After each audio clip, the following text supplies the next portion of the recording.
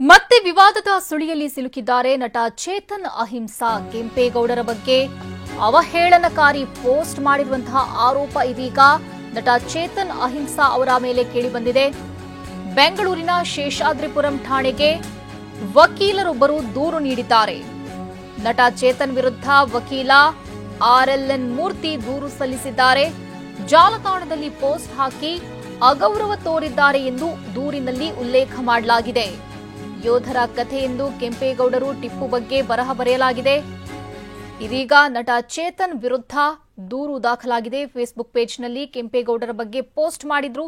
ಕೆಂಪೇಗೌಡ ಊಳಿಗಮಾನ್ಯ ಜಾತಿ ಲಾಬಿಗಳ ಪ್ರಭಾವದಿಂದ ಐಕಾನ್.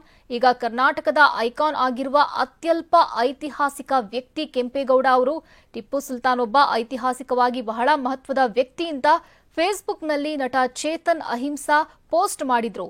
ಇನ್ನು ಅವರ ಜನ್ಮವು ಮುಸ್ಲಿಮರಾಗಿ ಆಗಿರೋದ್ರಿಂದ ಮಾನ್ಯತೆಗೆ ಅಡ್ಡಿಯಾಗಿದೆ. ಇಂದಿನ ಮಾನ್ಯತೆಗೆ ಅಡ್ಡಿಯಾಗಿದೆ. ದುರಾದೃಷ್ಟವಶಾತ್ ಒಬ್ಬ ವ್ಯಕ್ತಿಯು ಹುಟ್ಟಿದ ಸಮುದಾಯಕ್ಕೆ ಅವನ ಸಾಮಾಜಿಕ ಕೊಡುಗೆಗಳಿಂದ ಪ್ರಾಮುಖ್ಯತೆ ನೀಡಲಾಗ್ತಿದೆ ಅಂತ ಇದೀಗ ಚೇತನ್ ಅಹಿಂಸಾ ಪೋಸ್ಟ್ ಮಾಡಿದ್ದಾರೆ. ಈ ಹಿನ್ನೆಲೆಯಲ್ಲಿ ಕೆಂಪೇಗೌಡರಿಗೆ ಅವಮಾನ ಮಾಡಿರುವಂತಹ ಅವಹೇಳನಕಾರಿ ಪೋಸ್ಟ್ ಮಾಡಿರುವಂತಹ ಆರೋಪದ ಹಿನ್ನೆಲೆಯಲ್ಲಿ ಬೆಂಗಳೂರಿನ ಶೇಷಾದ್ರಿಪುರಂ ಠಾಣೆಯಲ್ಲಿ ಚೇತನ್ ಅಹಿಂಸಾ ಅವರ ವಿರುದ್ಧ ದೂರು ದಾಖಲಾಗಿದೆ. ಅದರಲ್ಲೂ ಕೂಡ ವಕೀಲರಾಗಿರುವಂತಹ ಆರ್ಎಲ್ಎನ್ ಮೂರ್ತಿಯವರು ದೂರು ಸಲ್ಲಿಸಿದ್ದಾರೆ. ಜಾಲತಾಣದಲ್ಲಿ ಪೋಸ್ಟ್ ಹಾಕಿ ಅಗೌರವ ತೋರಿದ್ದಾರೆ ಎಂಬ ನಿಟ್ಟಿನಲ್ಲಿ ದೂರಿನಲ್ಲಿ ಈ ವಿಚಾರವನ್ನ ಉಲ್ಲೇಖ ಮಾಡಿ ಇದೀಗ ಕೇಸ್ ದಾಖಲಿಸಲಾಗಿದೆ.